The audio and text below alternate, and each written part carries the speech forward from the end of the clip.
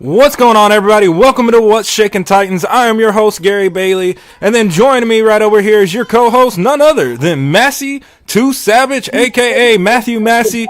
Guys, we are here to bring y'all an epic episode today. So, without further ado, let's get into today's episode. But guys, right before we start, I would like to take the time to also just want to thank everybody for joining us live on YouTube. We are exclusively live on YouTube, guys. So if you're not yet subscribed to our YouTube channel, please take that time to hit the subscribe button. Turn on all notifications to get the latest from What's Shaking Titans. Give us a big old like. That'll help us out with the YouTube algorithm. That way more people know about us. We'll pop up more often. And then guys, without further ado, you can find a link to all of our social media platforms in the text scrolling bar below. We got Facebook, Instagram, Spotify, TikTok, you name it. We're on all of the platforms. Massey, you want to kind of give a shout out to your personal social media so people can find you there too? Yeah, absolutely, man. I appreciate that. So on Facebook, it's just my regular name, Matthew Massey. On TikTok, you can find me at Massey Too Savage, the same tag I have on our podcast here. Be sure to shoot me a follow, like, and I definitely put out our platform on most of my social media platforms. I'm still working on getting my YouTube platform up and going, but for now, I'm just riding on the What's Shaking Titans platform as far as the YouTube goes as well. So on YouTube, you can catch me on What's Shaking. On Facebook, my regular name, Matthew Massey, and my TikTok is Massey Too Savage. Y'all be sure to check us out on there. And yeah, it'll be awesome. Definitely. And then, guys, quick reminder that we have a Facebook page. Our Facebook page is What's Shaking Titans. But we also have a group where everybody can kind of get in there, post stuff, comment. It's called Talking Titans with What's Shaking Titans. So be sure to check both of those out. Give us a like on both of them. Follow us on both of them. And then, without further ado, I want to give a huge shout out to our affiliate sponsors, Fanatics and Temu, guys. You can go on Fanatics. They got a discount going site-wide right now. You can get, I believe it's up to 30 or 20% off site-wide. And then Temu, guys, if you are shopping still for your loved ones for Christmas, you can use code TAN83620 to get 30% off site-wide. And then if you're completely new to Temu, you never have signed up, you don't have an account, you can follow the link in the description below and you will receive a $100 coupon bundle to go towards all your gifts or whatever you decide to purchase. So guys, once again, use code TAN83620 to get 30% off site-wide. And guys, without further ado, let's hop into this episode.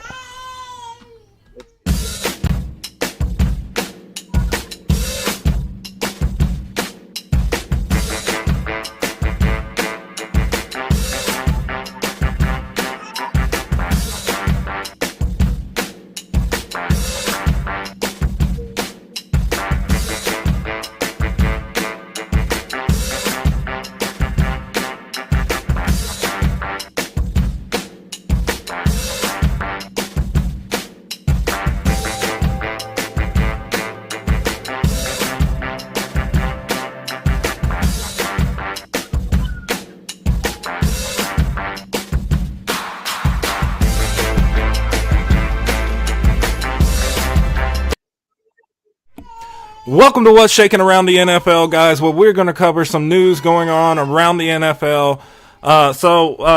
Let's start out with this. Former Titans Logan Ryan has now signed with the San Francisco 49ers. Man, Massey, what's your thoughts on that?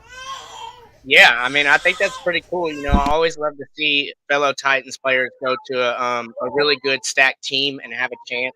So that's really cool to see. I'm excited to see if he still got it, if he still got that it factor over there for their defense, and see what kind of production he'll be able to put up for the 49ers. I think that's pretty awesome.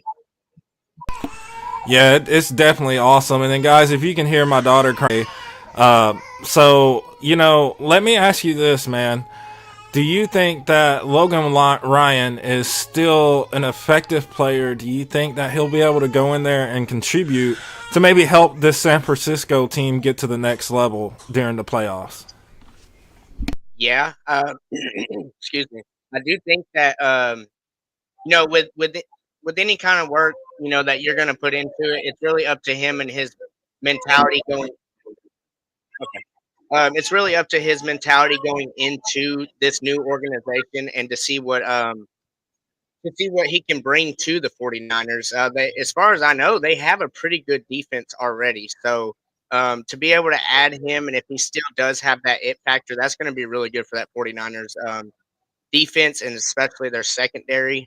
Let's see. So he is 32 years old. Um, let me get to a couple of stats here. See, I'm trying to figure out the last couple of teams he also played for, but anyways, so it's been I don't know 6, 7 seasons since we've had Logan Ryan. I may be way wrong on those numbers, but and he did all right for us, but there was also a reason that we let him go to the Giants, I believe. So with the troubles that he's had as far as consistency goes, to be able to stay on the team, stay on a certain team, and get a good long like legacy type run. We just haven't seen that from Logan Ryan. So maybe this can be the start. He is a little bit up there in age, but maybe before he decides to hang it up, he can get maybe a ring or a couple of good playoff pushes, things like that. It looks like the last time Logan Ryan even played was for the Giants back in 2020. And again, like I said, I could be way wrong on these. If you would like to fact check me in the comments, then go for it. I don't mind a bit. Um, so yeah, let's see. He's 5'11", 195 pounds. I'm not sure how much that's going to contribute to over the top passes and things like that. With him being 32, coming into a team like this, he's definitely going to need help around him. He's not going to be able to be the only player making plays for the 49ers. So I'm excited to see what he can do for the 49ers. Maybe it'll give him a fresh start, in all aspects and kind of run further with more stats and more storylines versus what he's had so far. Yeah, definitely. When his last year with the Patriots, I felt like he was still effective. And then, of course, he came to the Tennessee Titans, and he was a rock solid piece for us. And after he left and went to, I think it was wasn't it the Giants? Yes, it was the Yeah, Giants after Tennessee. I felt like his play level started to kind of go down from there. So this is a fresh start for Logan Ryan. I think that at the end of the day, he's going to a team that is already highly competitive and very well rounded all over the board. So, I think this is going to be a great fit for him. I think he'll definitely be able to get in here and maybe strike some of that success he's had in the past once again. But yeah, man, I send out all my well wishes to him for sure.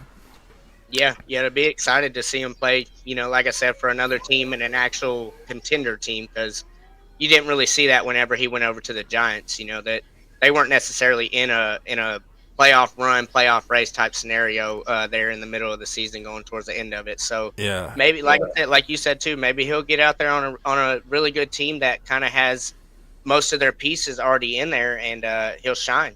definitely.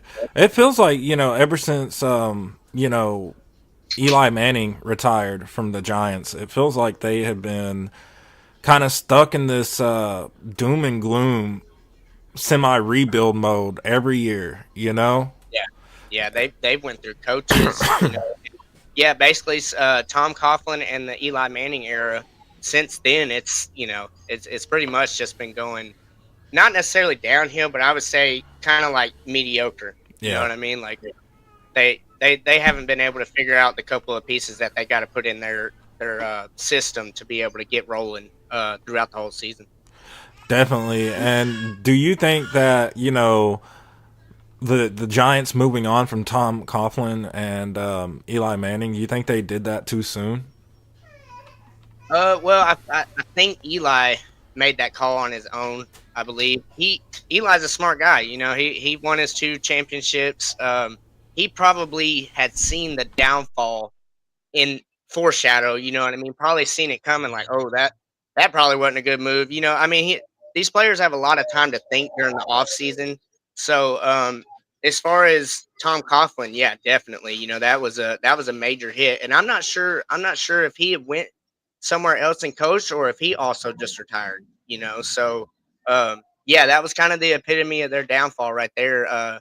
Their best quarterback their franchise quarterback calling it quits, retiring, and then Tom Coughlin. I think Tom left before Eli retired. So yeah, it was like a steady kind of downhill pace right there at the end of Eli's career. And looking back at it, he was probably thinking, like I said, I already got my 2 rings. I've been on this one team my whole career.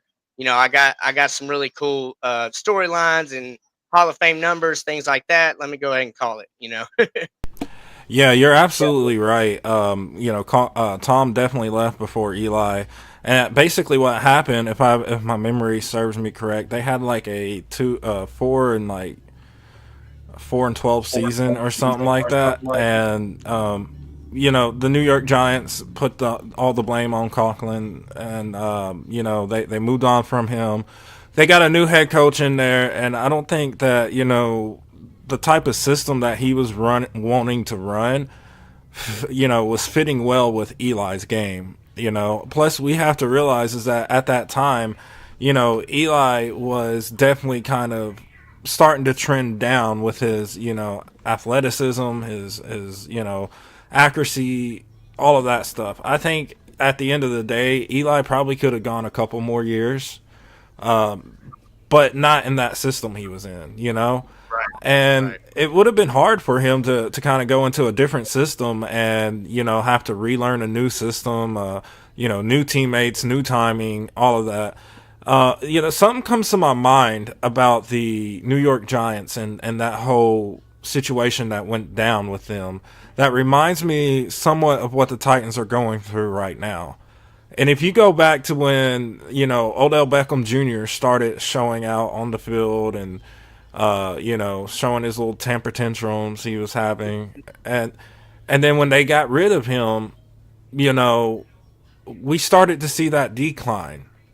And then you look at what happened with the Titans. Of course, A.J. Brown wasn't having no fit throwing problems on the field.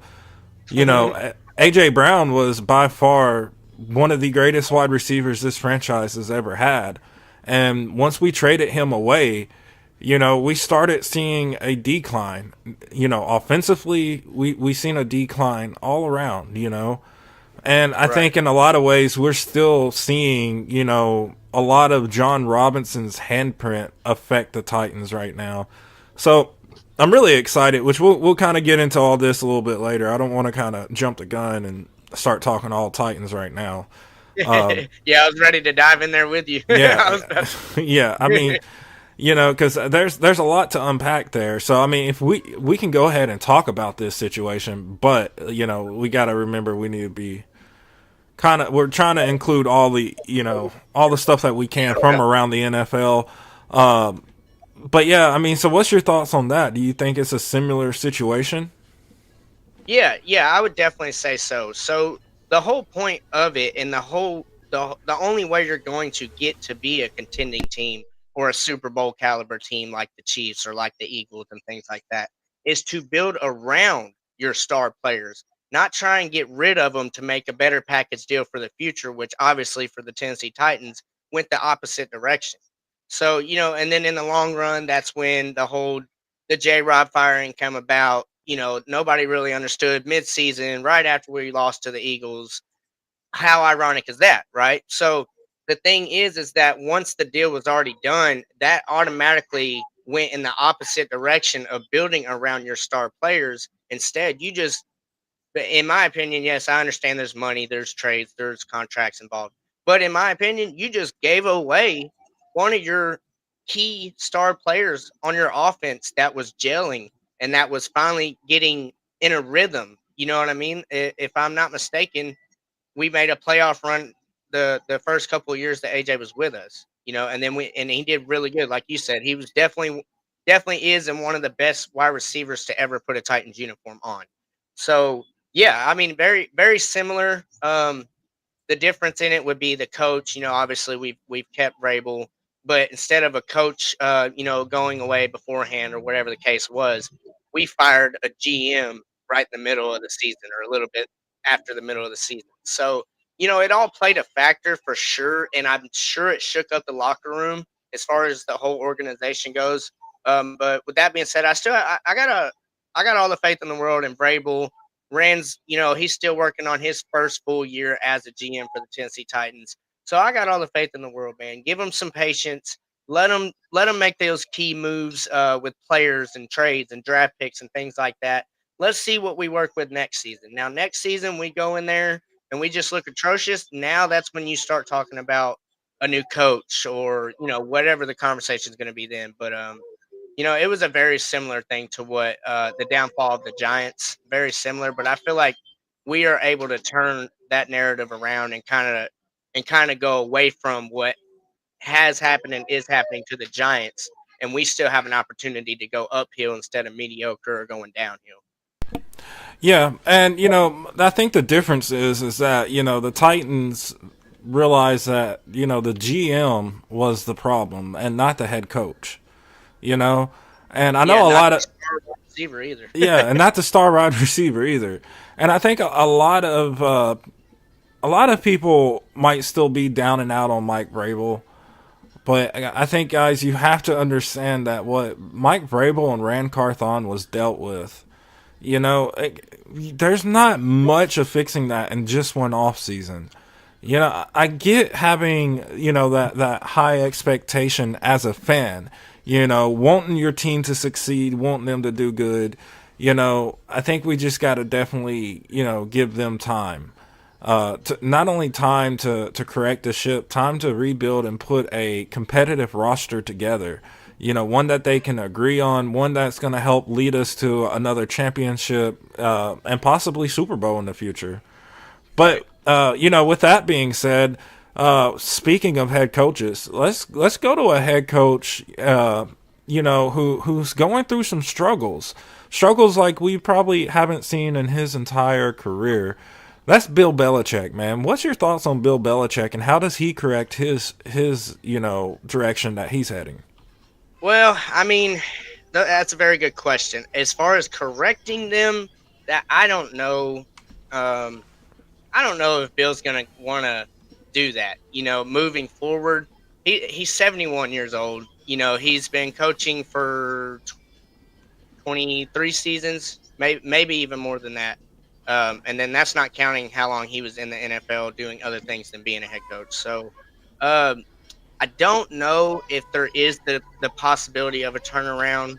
They are going to have a couple of high draft picks, I believe, in this coming draft. So um, that's really going to be interesting to see is how they move forward. Do you ever think that the higher ups above them, even with his legacy there with the Patriots and all that, do you ever think the owner or the GM would ever make the decision to get rid of him, whether it was at the end of this season, going into the off season, or the beginning of next season? Do you think that would ever happen? Of course, but let me kind of explain this. Do I think Robert Kraft would fire Bill Belichick? I don't think that he would fire him. Definitely not mid-season or anything like that. I think what would happen is due to his legacy and what all he's done for that organization. I think Robert Kraft would sit down with Bill Belichick and they would come to a mutual agreement. Right.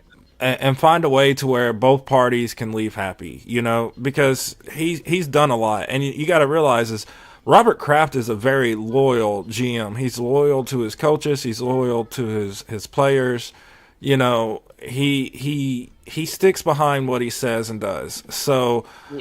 I think that when it comes to that situation, I don't see him leaving in a getting fired situation. But maybe if Bill Belichick went to Robert Kraft and said, "Hey, look, man, I'm burnt. I ain't got nothing left in my tank. I'm 70. At that time he'll be 72. I'm 72 years old. I put over 20 years into this league. And Lord knows how many. I think close maybe to 16 years with the Patriots, or maybe a little less than that, alone. So, Right. you know, I think they will find a middle ground, somewhere where they can sit here and say, okay, well, we both think it's time. I don't think Bill Belichick will go to another team. I think that once his time is up in New England, I think that's all we see of Bill Belichick. I mean, his legacy is submitted into legacy now. So Eventually, go ahead. looking at it right here, it looks like this would actually be his 24th season as the New England Patriots head coach. Okay, so yeah, Because he became the coach in 2000. so he's put over 24 years into the Patriots, and Right. that shows loyalty. That shows grit. I mean, we are talking about one of the greatest coaches in NFL history right now. I'm not saying he's the greatest coach, but he is one of the greatest coaches. Yeah. A lot of that maybe had to do with Tom Brady, but even before Tom Brady, they had Bradshaw, right? Yeah. And they were doing good. They were contending then. So post Brady era, it's like Bill Belichick is, and who knows? Maybe Robert Kraft says, "Hey, we're going to give you one more swing." I mean, you're not going to strike gold on every single quarterback that you draft, and that's their main hiccup right now is, Drew. What's his name? Drew Lock. For the Patriots. Zapper, the backup. No, their actual quarterback that he drafted to replace Daniel Brady. Jones. Daniel Jones, yeah. Or is it Mac Jones? Mac Jones. Okay, yeah, I messed that up big time. Yeah, so Mac Jones, Daniel Jones is Giants. For the yeah, Giants. but Mac Jones, you're not going to strike gold every time you draft a quarterback. I mean, look at the Titans. We know that for a fact. Malik Willis, Marcus Mariota. Although I think Marcus Mariota was a great quarterback, I just think that we runt him here. Yeah. We didn't put him in a position to succeed. And then we tried to force him to be somebody he wasn't. And I feel a lot of the same thing happens with Malik Willis. Yeah. But outside of that, you got Vince Young, you got Jake Locker. I mean, the list goes on and on. You're never going to hit on every single quarterback. You name me one franchise that every single quarterback they've drafted has been that guy. Oh no, you ain't gonna find that. You're not, And I think, Robert Kraft and his experience in the NFL, I think he knows that. Of course, you're looking at Bill Belichick. I'm pretty sure he knows that, And Right. I think at the end of the day, Bill Belichick gave Drew Lock or Mac Jones. Oh my gosh, gave Mac Jones every bit of opportunity to progress and get better to try and become that guy. And at the end of the day, he wasn't able to. Now, during that time, their roster was getting depleted. Players were getting old. Some players were retiring. I mean, and so now you're left in a situation to where you're in a semi-complete rebuild mode, Yeah.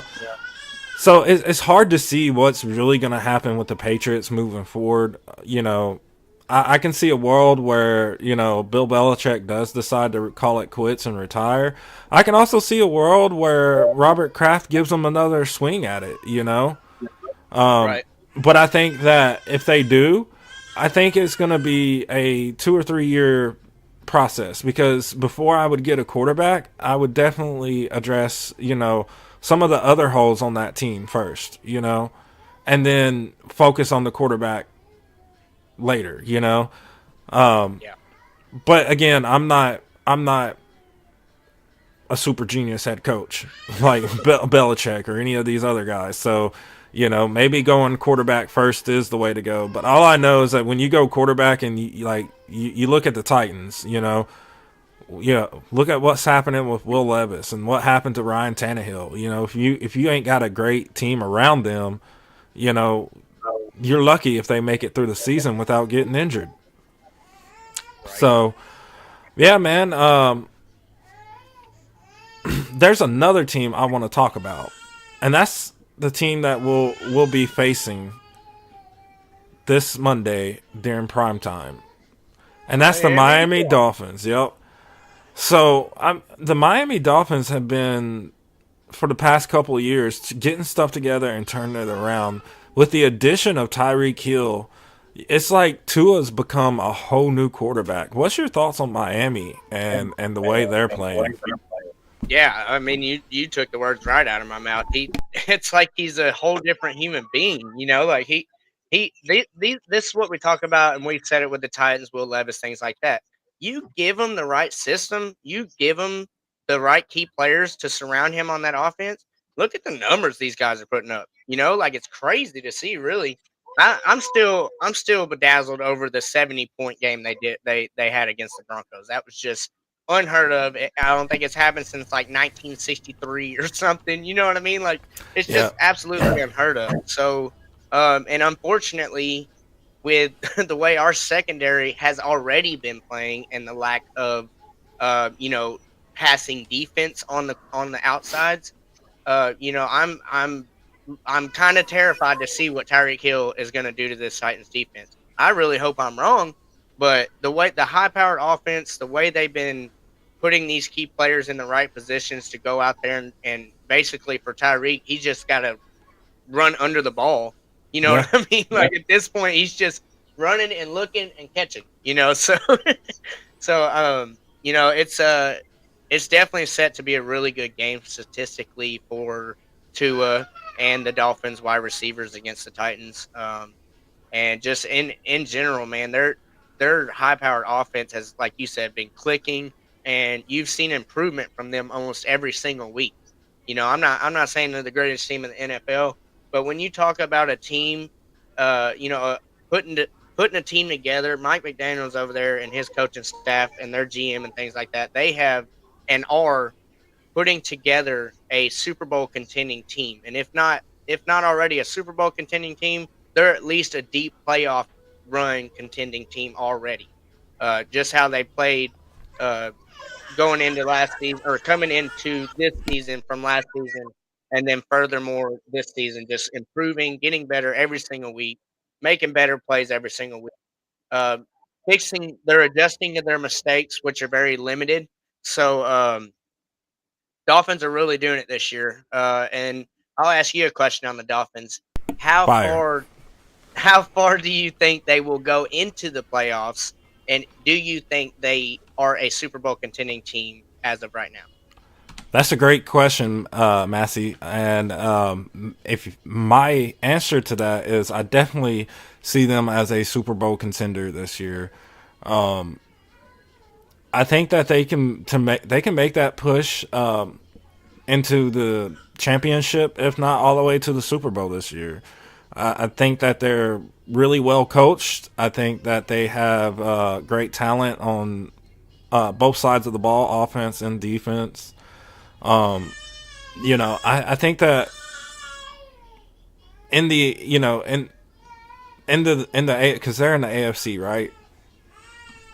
Yes, they are Yeah, number one in their division, AFC East. yeah. So I think that they're one of the better teams in the AFC this year. It'd be very interesting to see them kind of match up against like the Ravens or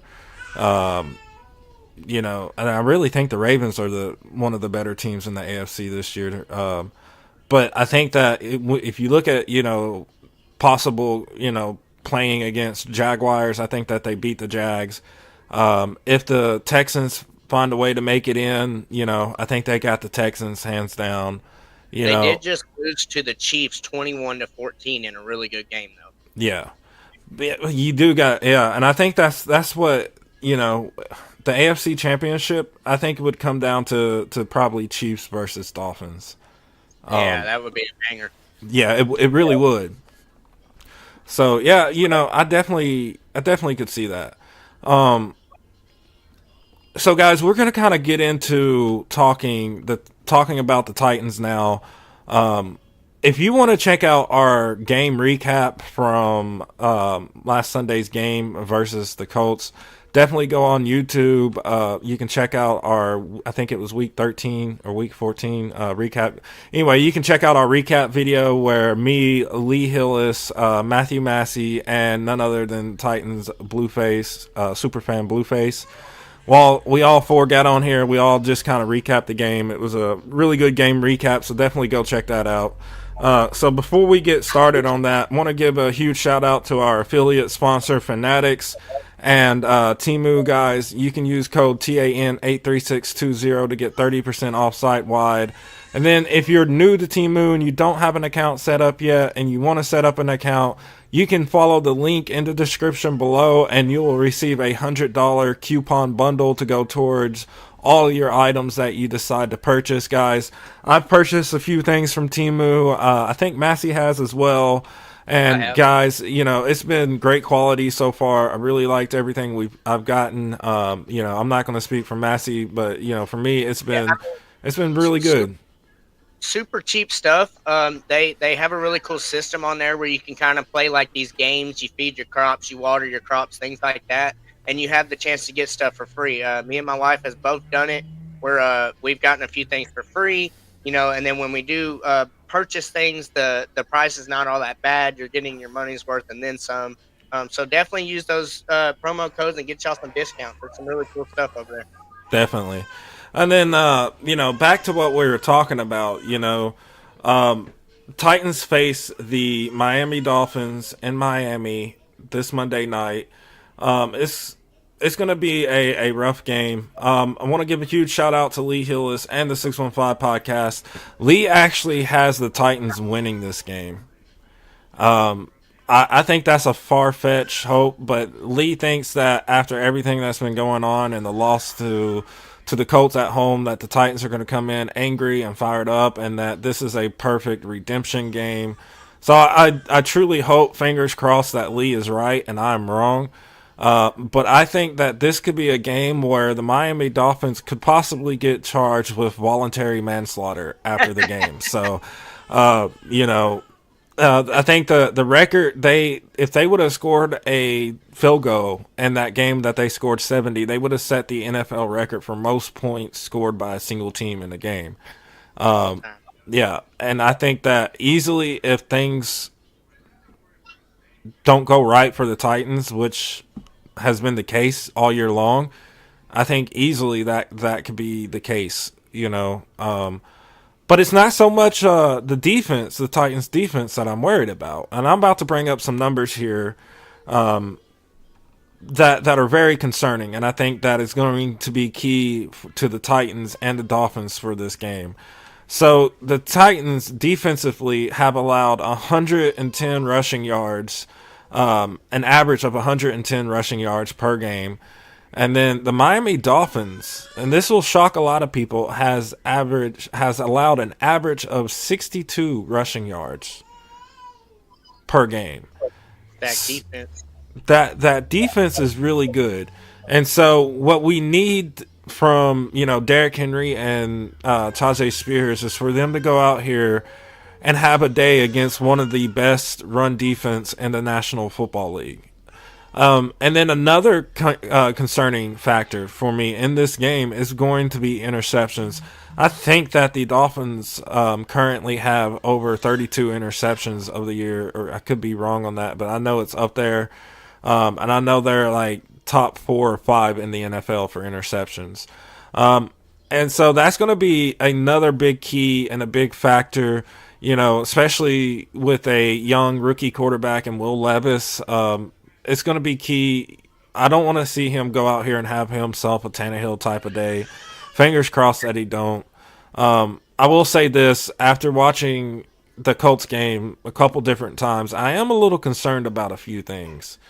First of all, I want to give my hats off to the offensive line because they played a game to where if you tuned in, you're like, who is this offense and what did they do with the Tennessee Titans?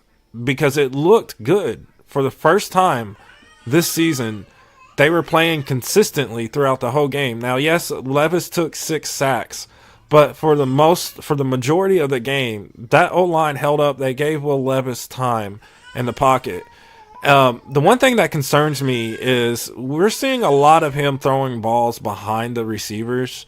We seen a pass to, I think it was the D Hop in this game, where he threw it behind him, and D Hop tried to get that one handed grab. Which if he would have got that one handed grab, I would have, man, I probably would have came out of my seat because it would have been sick. But luckily, he had no turnovers that game. Shout out to Derrick Henry, who looked like that man got shot out of a cannon during that game. You know, kind of going over some news surrounding that game. As a lot of y'all know, we lost quite a bit of players in that game. So let's kind of go over that, and then I'm going to let Massey kind of touch on all these numbers and statistics and give his thoughts and opinion. So, of course, we know that Titans have fired special team coordinator Craig Ackerman, and they have set, I forget his name. Massey, can you look up his name for me? For the interim, backup. yeah, the interim special teams coordinator now. Oh yeah. But anyway, they fired him due to giving up 2 punt blocks back to back, and in the second one, we lost Stonehouse for rest of the year. Stonehouse will be undergoing season-ending surgery. Jeffrey Simmons suffered an injury as well. He's set to miss 2 to 3 weeks, according to sources from inside the league and the NFL. And then, according to Mike Vrabel, Derrick Henry, because we were told by Adam Schaffner and Ian Rappaport after the game that Derrick Henry had to enter concussion protocol. However, on Monday, Mike Vrabel came out and said that Derrick Henry is not in concussion protocol, that, basically he was pulled from the game as a precautionary, so that way we could have him moving forward. But he's definitely going to be taking concussion tests all week long just to make sure. And so far, he's passed them with flying colors. So that, there is a little light at the end of the tunnel with all this. Have you found his name? Yes, sir. It's Tom Quinn. That he was the assistant special teams coach. He got promoted to special tems coach. So Tom Quinn is your new special teams coordinator, coach, however you want to look at that.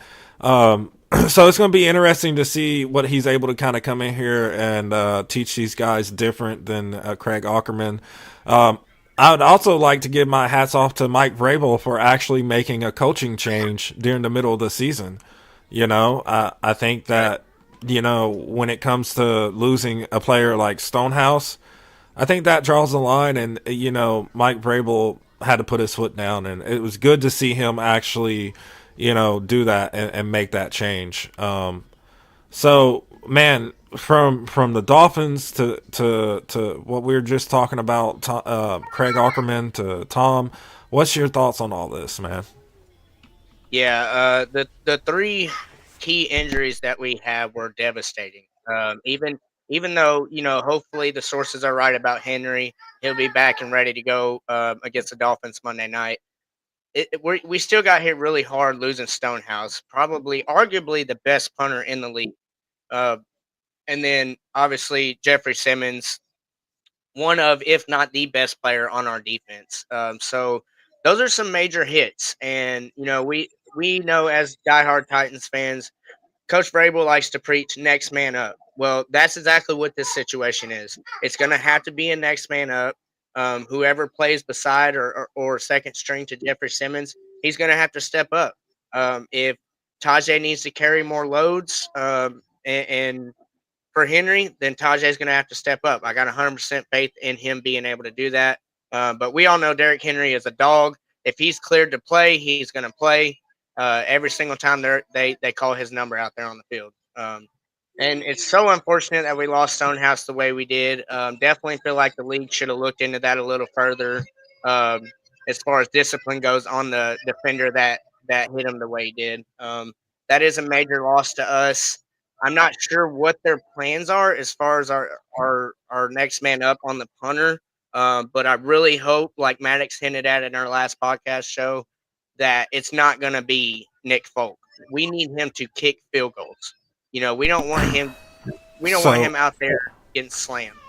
So it will not be Nick Folk. I think it was maybe Wednesday morning or Tuesday evening. Titans signed a punter to the practice squad, and it's typical Mike Vrabel fashion to sign them to the practice squad and then let them work their way up into the active roster. So I think, going into Saturday or possibly even late Sunday, we could see that move up for him. I'm not sure his name. Wish Lee was on here. Lee knows his name. But yeah, I think that's good news for Nick Folk. It's iffy news, for Titans fans because, we've gotten so used to having such a great punter, from having Rob Baronis to, Stonehouse. It was just two back-to-back elite punters, that were very dynamic and could put your defense in a good situation, So hopefully this new guy can come in and, The new guy's name is Ty Zettner. Ty Zettner, that's right. Yep. Got put on the practice squad on Wednesday. On Wednesday, okay. So yeah, Ty Zettner, comes in. I think he'll be able to sustain us at least for the rest of this year, guys. Let's be honest though. I think that where we're at right now in the season, we're not fighting for much of anything, guys. We still got a long way to go to the end of the season, but we're not going on no playoff runs or anything like that. So yeah, I think as competitors moving forward, they need to go out there and want to win. It doesn't. I mean, we know at this point, you're not necessarily going to get in the playoffs. Go out there and just want to win for your organization, for your fans. You know what I mean? That's, in my opinion, that's the attitude they need to go into for the rest of the season. Just go out there, have as much fun as you can. Do your best, do whatever you got to do to come away with the W. And if you finish the season out, winning out, then great. That's great moving forward.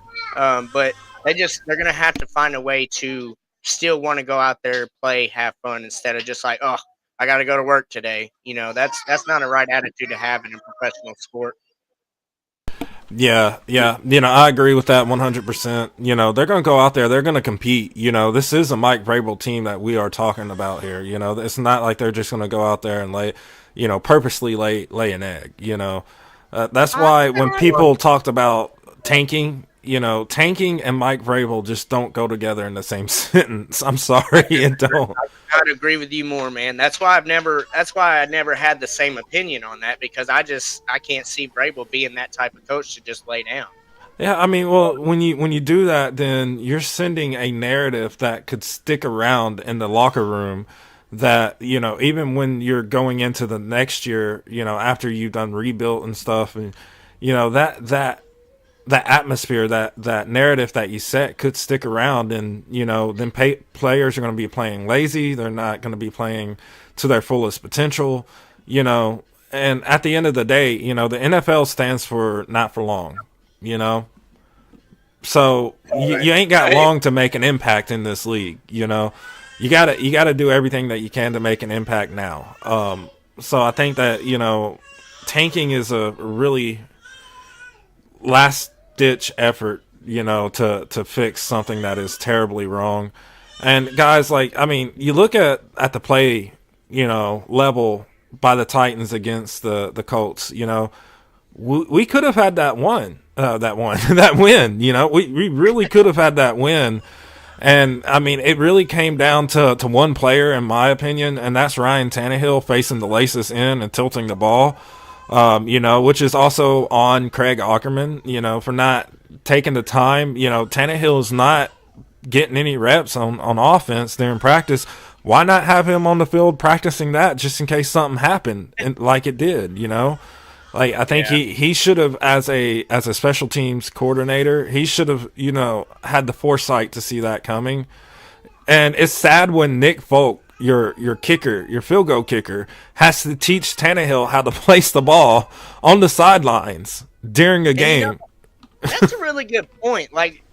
Was that was that the whole plan going in? Because like you just said, if they knew Tannehill was going to be the holder for the field goals and the extra points, then you need to be practicing that. That's a part of your practice Yeah. scheme leading up to the game. So or was that just in the No. middle of the game? Somebody was just like, you know what, put Tannehill in No, that that hold it. was decided at the beginning of this year. Tannehill was backup holder, punt holder, or oh my God, field Yeah, goal the whole holder. Yeah, he was the yeah. backup holder all year long, even back in preseason. As a starter too, he was still the backup holder because Tannehill's the only one on the team who apparently had some sort of experience doing that, although I will say this, it did not show one bit during the game at all, No, it didn't. It didn't. Luckily, Nick Folk is a better coach than Craig Ackerman and was able to teach Tannehill up, and, we got that field goal in halftime, but it still didn't make a difference. But, if we could have made that initial field goal when Tannehill came out on the field, Titans would have walked away with the win against the Colts, and then that changes the outlook on everything. It's sad that that's the one play that cost us the game because I felt like this was a really good game, a really good bounce back game by the offensive line, and it's not against just another crappy team. The Colts are doing really good, so they played and they held their own against a really good team. So it was really good to see. I remember messaging you and just, who is this, man? Like, who is this team and what did they do with the Titans? Like I said earlier, Yeah. it was Yeah. it was definitely a crazy experience and it was a wild game all around. One thing I It do really want to was. talk about though is these refs, man. Like we've been on this kick all year long. The NFL, Roger Goodell has to do something. I don't care if you have to pay a year's salary to these guys to, or get you, change it up or something, but something has to give, there I'll is give a, you a stat. I can give you a stat real quick on the referee topic. go ahead. The Tennessee Titans were called for 9 penalties, and the Indianapolis Colts were only called for 4 in an overtime game. Yeah. So And I'm looking like I went back and watched the game and I specifically was looking for one penalty they called on D-Hop as pass interference where D-Hop was running down the left side of the field and they called him for pass interference. If you go back and you watch that play, the defensive player was pulling D-Hop by the face mask down the field and D-Hop grabbed his arm trying to pull his arm off his face mask. And they called D-Hop for offensive pass interference. That doesn't make no sense to me. Like, you could clearly see his hand go into his face mask and grip, and D-Hop head does this as he's pulling him down the field.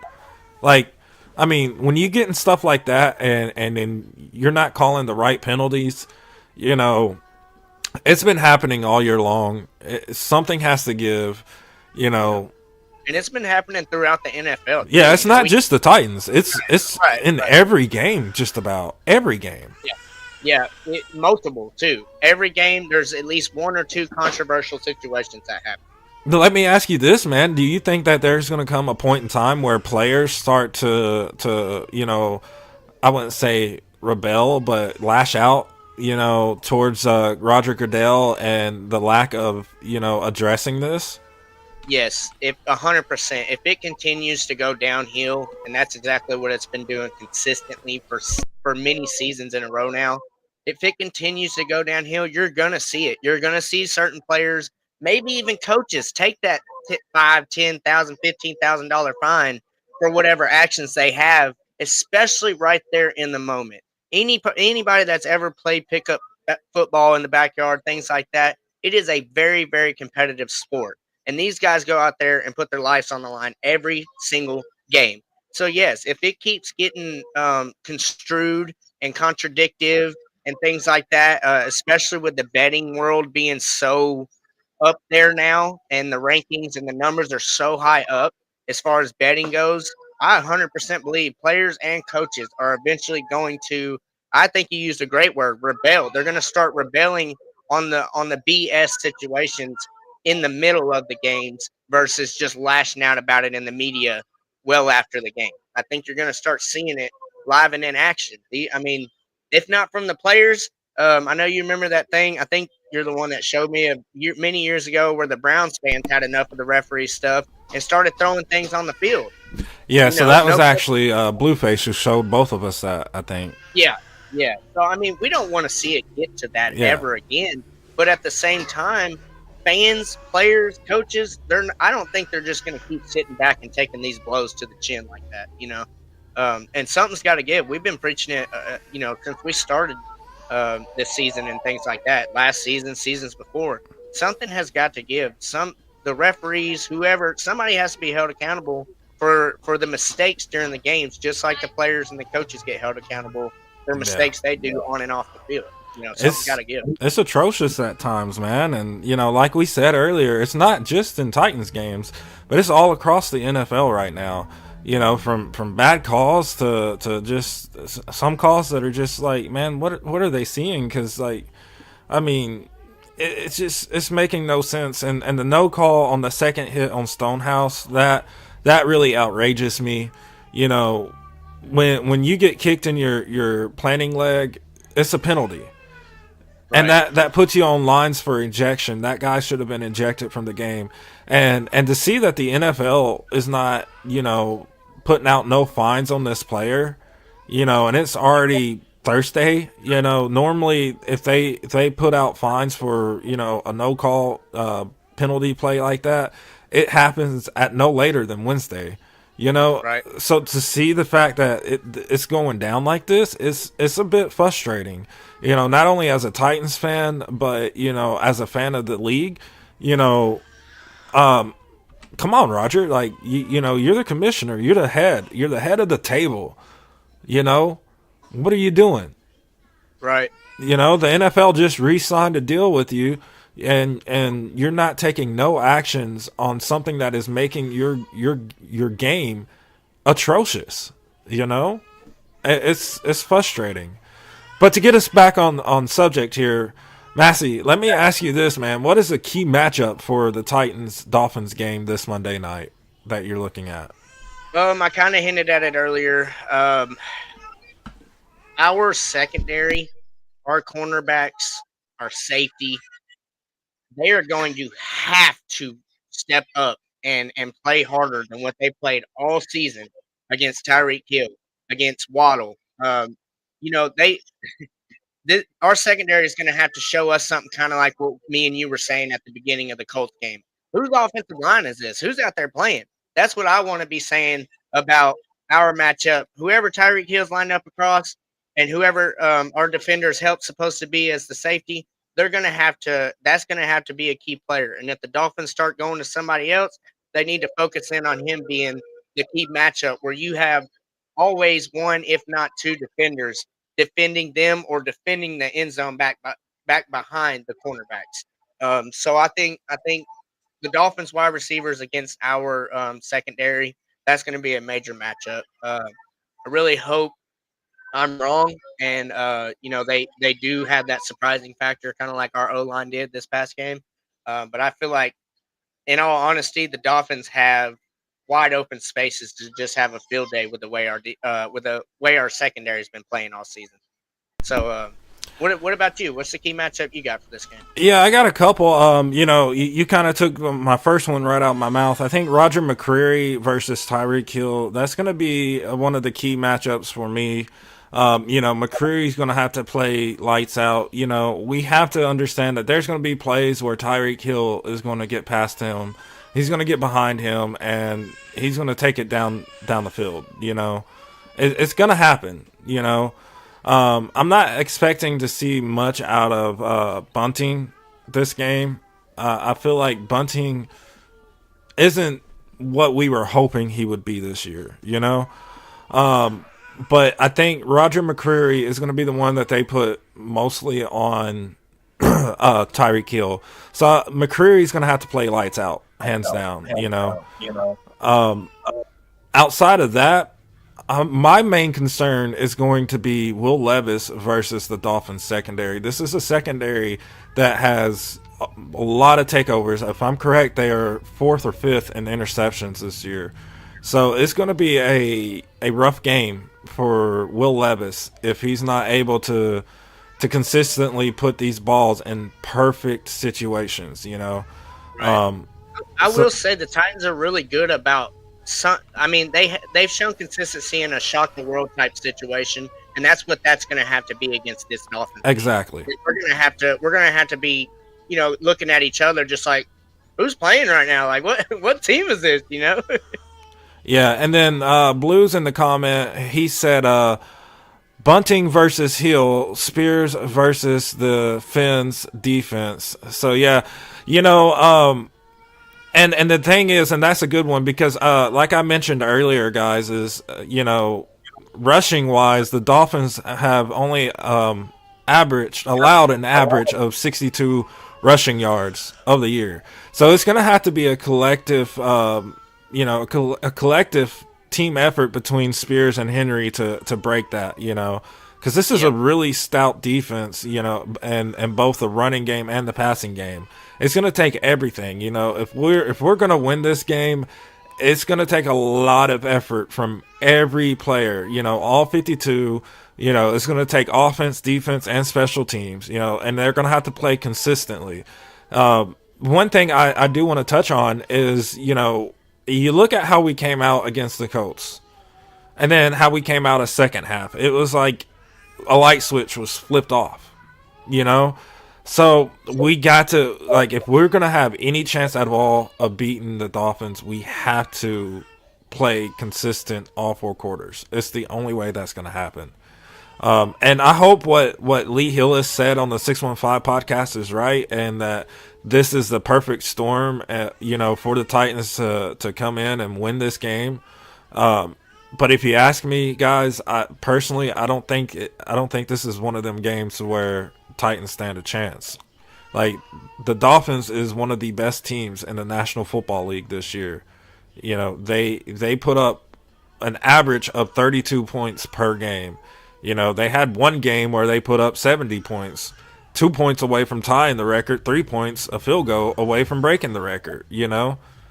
This is a very fast team on both offense and defense. They have very fast players. So, we have to come in it well coached. We have to come in it and we have to execute. There can't be mistake after mistake after mistake. And the biggest thing is the Titans cannot be shooting themselves in the foot, So offensively, let's have a game with no holding calls by the O-line. Let's protect Will Levis. Let's try and give him time in the pocket. Let's know that they have a fast defensive front and a fast secondary. So we're gonna have to change up our approach. I wouldn't be looking for a lot of deep shots down the field, except for maybe on a few play action passes. Let's keep it short. Screen games, slant routes, curl routes, out routes, stuff like that.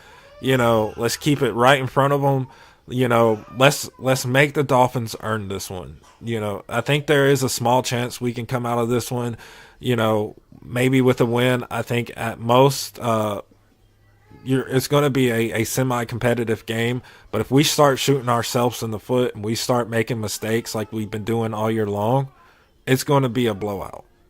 I think if we get Henry going and we use Spears as needed, like give Henry a break or in the passing game. I think if Henry gets going downfield, kind of like he was in the Colts game, but keeps going, and he's able to finish all four quarters. I think we have a really good shot. You did mention the Dolphins' defensive numbers, but with that being said, they haven't played against this Derrick Henry. And the way our offensive line played against the Colts, he was able to have a couple holes to run through and things like that. If we're able to open that defense up on the Dolphins, I see Henry and Spears having a field day if that's what they do. Oh, definitely, man. And then one thing we also have to realize about Derrick Henry is, it's the month of December, and what's that mean? That's when Derrick Henry really that's when he really starts playing lights out. A year ago yesterday was the epic 99-yard rushing touchdown. So we gotta remember what Derrick Henry's made of. This is a guy who at any time can take it to the house. At any time can deliver 6 stiff arms in one play and demolish a defense. Not bad. You know, so yeah, I think Henry's going to give you the biggest chance. Now, with that being said, I do like what I've seen from Tajay Spears once Henry went out. You know, that built a lot of confidence, and I think it gives Titans fans a lot of confidence moving forward to know that, hey, once Derrick Henry's run with the Titans is over, or possibly, you know, his entire career is over if he retires a Titan, you know, that we have something set up that will, you know, be a good, if not great, running back right behind him. I seen a post by Wes Wisely earlier today on Facebook, and he was asking the question, you know, with Henry's contract expiring at the end of this year, or, you know, time with the Titans, because technically speaking, Titans will still have to pay him next year, even though he's will no longer be a player on the team. Due to the restructure, due to the restructure that they did. Do you think that the Titans will re-sign Henry for, you know, a couple more years, or do you think that he walks? I think with having the duo of Tajay and Tajay's talent, it would be in our best interest to see if that's what Henry wants to do. And I feel like if it's left up to Henry, I think he'll stay. If he's able to make that decision, ultimately to say, yeah, I want to stay, no, I want to go play somewhere else, make more money, whatever the case may be.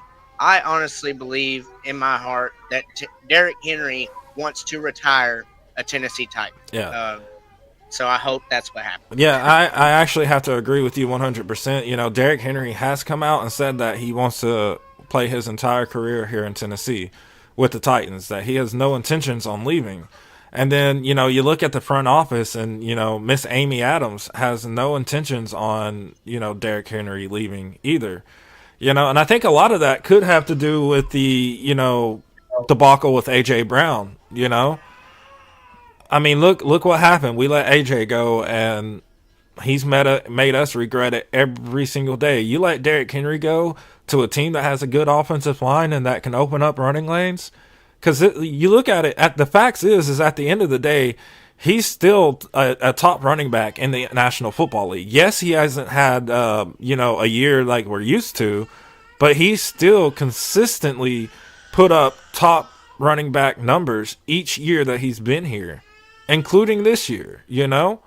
And I wouldn't want to have any other running back on my team. I honestly wouldn't. Out of all of them that are playing right now, I would still choose Derrick Henry.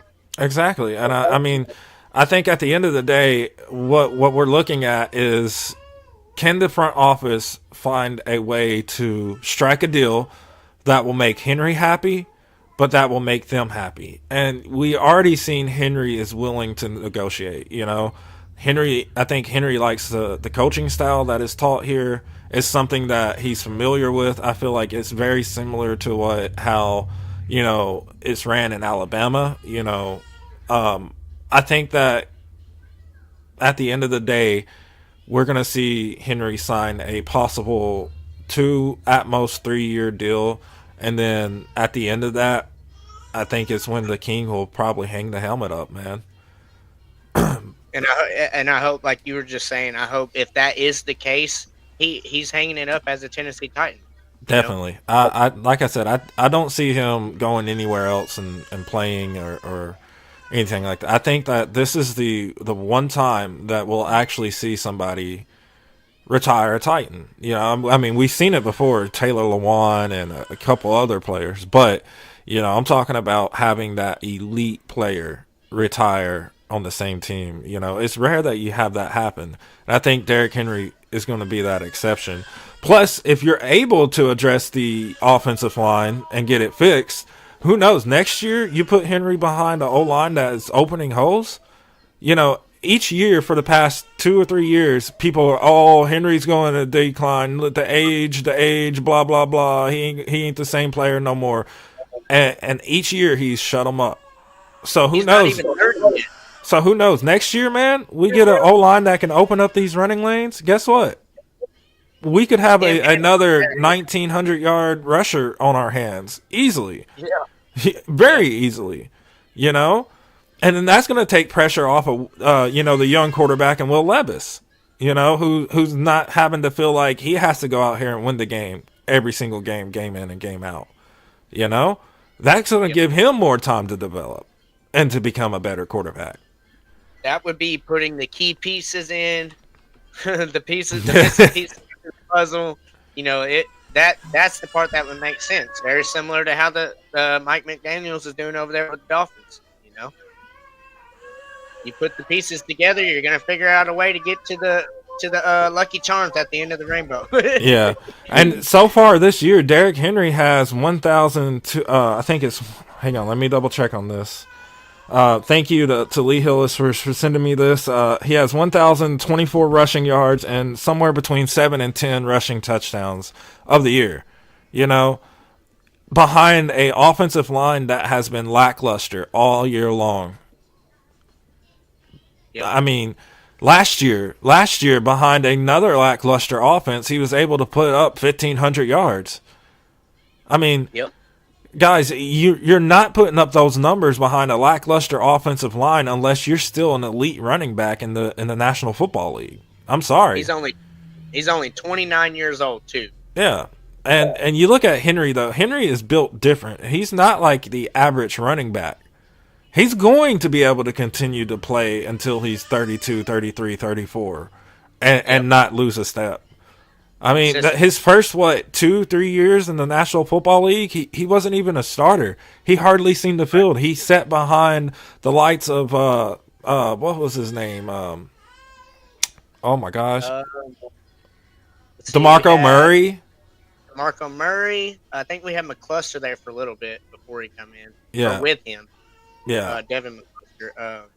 But, yeah, not major big names other than DeMarco Murray. Yeah, and I mean, in my opinion, you probably could have started Henry a lot sooner than what you did, but Henry wasn't, he wasn't ready just yet. It took that talk from Eddie George to get Henry to where he was ready. And once he had that talk, it was lights out for the National Football League. No one knew how to handle him. And, I think in a lot of ways, Henry is still on that same course. But with that being said, guys, we're going to kind of move on along in the podcast. We do not have a injury report to give due to us going live today. The injury report will be posted on our Facebook, Twitter, X, TikTok, Spotify. I mean, not Spotify, but Instagram, all of our social media platforms. So you can definitely go on over there and check out the injury report when it's dropped. But as of right now, the official injury report has not been dropped. I wouldn't look for that to drop till probably Sunday evening, maybe Sunday night, if not maybe Saturday morning. Usually Mike Vrabel likes to keep that in wraps, till the last minute. So that's something to kind of look out for. Of course, some names to kind of toss out there just right off the top of the head. We know that Stonehouse is out for the year. We know that Jeffrey Simmons will not be playing. Most likely Derrick Henry will be listed as questionable, but as of right now, all signs are pointing to him getting to go in Miami. Other than that, I really can't comment too much on the injury report. So with that being said, let's hop into my 3 keys to victory.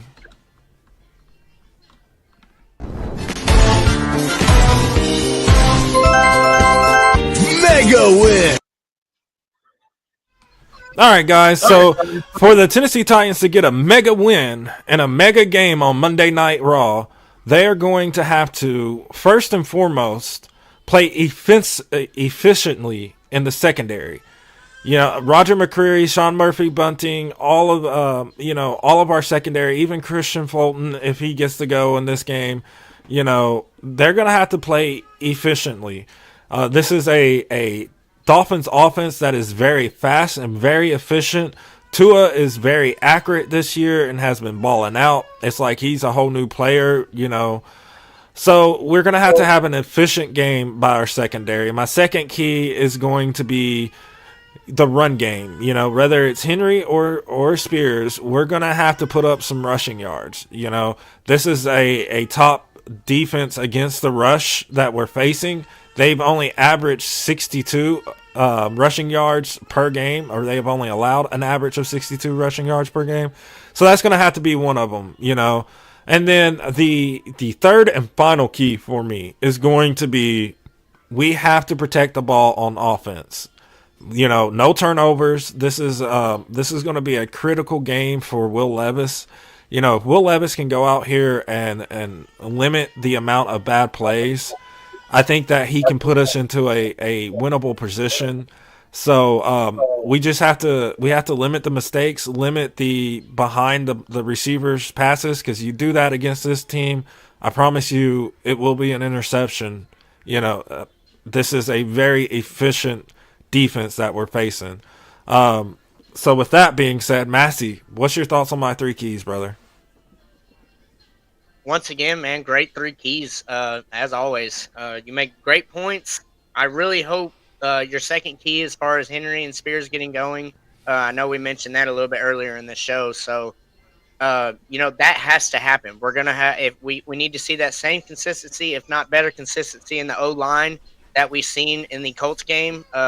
I know it's a totally different defense, but like I was saying, you know, the Dolphins have not seen Derrick Henry yet this season. So maybe after this game, those numbers will look a little bit different as far as their run defense goes. So, great three keys once again, man, as always.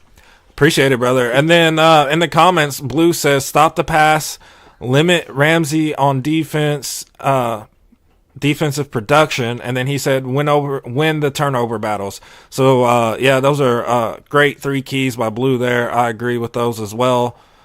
Huge shout out to him. Go ahead. That's what I was about to say. I wanted to shout out my brother Blue. He's also bringing into the What's Shaking Titans comment the Sports Nation Nashville channel. So there you go, guys, right there. Y'all be looking out all over YouTube. You'll be seeing What's Shaking Titans and Sports Nation's Nashville all over your YouTube before too long, because we're all going to be going hard at it, and we ain't never going to stop. So if you're here, if you look at it later on, you see Sports Nation's Nashville. That's the new. That's going to be the new podcast starting Saturday. Super excited to be a part of that as well. And like I said, What's Shaking and Sports Nation, we're taking over. That's right, man. Taking over everything.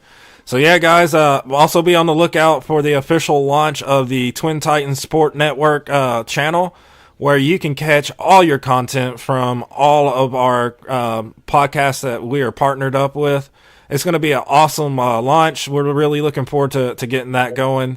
You probably seen it in our intro video, and if you check us out on all of our social media platform, you'll see the Twin Titans Sport Network logo on all of them, guys. So it's gonna be here before you know it. So just want to give a huge shout out to Blue and Sport Nation Nashville, as well as the Bryce and Haley show.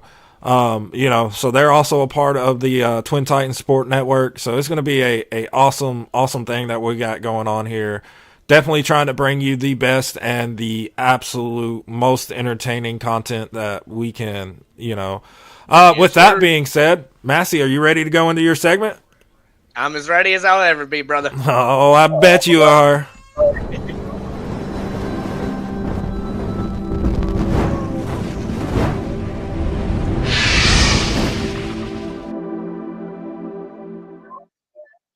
All right, here we go with another awesome edition. Y'all get to see me make another crazy bold prediction. I don't know. I don't think I've hit on any of them so far this year. But guess what? I think we still have 5 or 6 more opportunities to do so. So let's give it another crack at it. I'm gonna go. Tajay Spears will have at least one rushing touchdown and one receiving touchdown. Oh, that's a good one, man. Tajay Spears to have one rushing touchdown and one receiving touchdown. Yeah, I agree. I agree 100%. So, guys, with that being said, once again, want to take the time to thank everybody for joining us here today. Massey, man, thank you for coming on and being a great co-host. It's been an awesome honor and privilege to get to work alongside of you. With that being said, guys, yeah, anytime, man, anytime. You're part of the family now, so.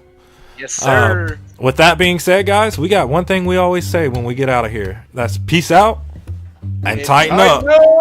Let's go. Just a reminder, this episode today of What's Shaking Titans is powered by Bailey's Barbecue. Bailey's Barbecue, smoking good barbecue. And then, guys, you can use code TAN 83620 to get 30% off site-wide on Temu. And then if you're new to Temu and never signed up with them, you can follow the link in the description below. It's also brought up right there on the screen, and you'll receive a $100 coupon bundle to go on any item that you purchase. Multiple items, however you want to do that. Definitely go check out Temu. And then Fanatics as well, guys. They have a code you can use site-wide to get, I think it's 20% off. With that being said, guys, we'll catch y'all later.